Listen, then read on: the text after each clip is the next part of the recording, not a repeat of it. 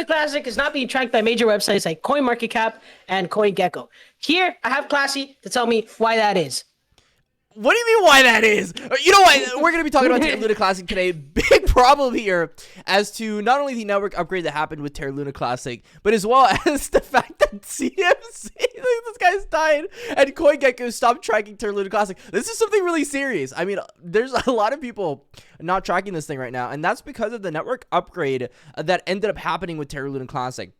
If you didn't know, they actually ended up disabling Terra Luna Classic on most tracking websites because of the fact that they had that depeg with UST. It literally says it right here. This is a warning on CMC. They haven't updated this since the collapse. And so I think for a lot of people, it's time to let them know that Terra Luna Classic is still around and has over $400 million worth of volume on the daily. I mean, this thing had, what, 1.6 billion a couple days ago. So there's definitely a lot of interest on Terra Luna Classic right now. And we're going to be touching base on that. This over here is an IoT engineer. I don't know if you know him. This is Pocket Hercules, a crypto noob, connoisseur in the tech industry. He knows a lot about things. So I guess that's always a great thing. Right, so right. What's your opinion on all these random network upgrades happening in the crypto space and how you relate this to your traditional finance? That's a great question. I have no fucking idea.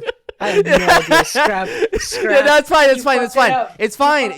It's fine, guys. Because in the stock market, if you didn't know, I actually traded for 4 years full time, and I know how this relates to traditional finance. Terra Luna Classic being one of those things. I'm not scrapping that, by the way. I'm leaving it on the video. Like and subscribe if you like raw classic crypto and this noob over here, Pocket Hercules. But anyway, so Terra Luna Classic and how it relates. It's very simple. So whenever things stop being tracked in markets, it's obviously not a good thing. There's a lot less exposure on there. And how it relates to traditional finance is the price of Terra Luna Classic. The all-time low actually isn't tracked correctly on the website. Because of the network upgrade, they stopped tracking that. And there was actually a very mean dead cat bounce that ended up happening. It literally went from, I think it was like 5 or 6 zeros all the way to 3 zeros in a matter of just seconds, the second the depegging happened.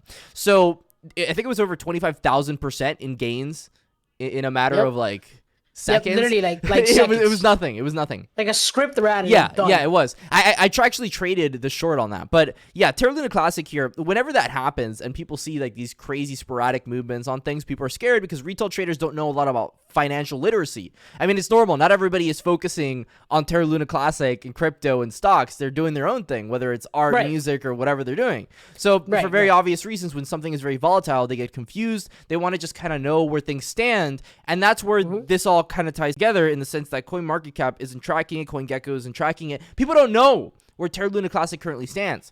But they really don't. It's out of sight, out of mind, essentially, for a lot of these companies, especially after, they saw it just collapse. And then they're like, okay, well, why are we going to invest our resources in tracking this thing? Exactly. But there's difference here because of the fact that Terra Luna Classic is actually an asset that is worth over $1 billion, one of the top cryptocurrencies. I'm already getting my coffee over here, actually.